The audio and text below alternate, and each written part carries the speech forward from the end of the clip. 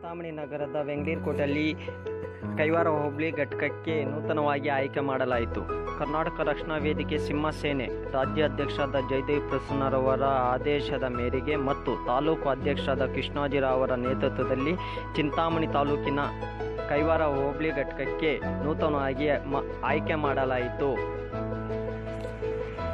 ಇವರ ಹೆಸರು ಸೈಯದ್ ಫಾಜುಲ್, ರವಿ, ಸಾದಿಕ್, ಸೈಯದ್ ನದೀಮ್, ಅಜ್ಮಲ್, ಸೈಯದ್ ತಬ್ರೇಜ್, ಸೈಯದ್ ಇಸ್ಮಾಯಿಲ್, ಇಮ್ರಾನ್, ಅಯಾಜ್, ಸೈಯದ್ ವಸೀಂ, ಶೋಯಬ್, ಅಕ್ಮಲ್, ಜಹೀರ್ ಅಹಮದ್ ಇವರನ್ನು ಆಯ್ಕೆ ಮಾಡಲಾಯಿತು.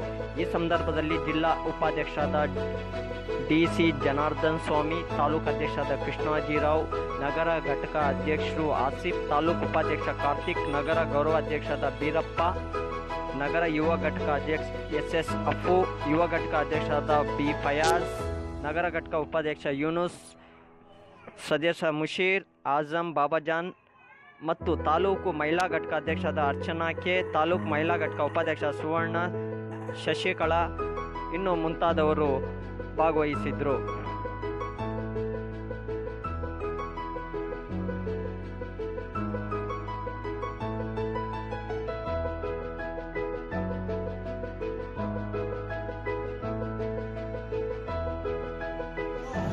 ಇರಿ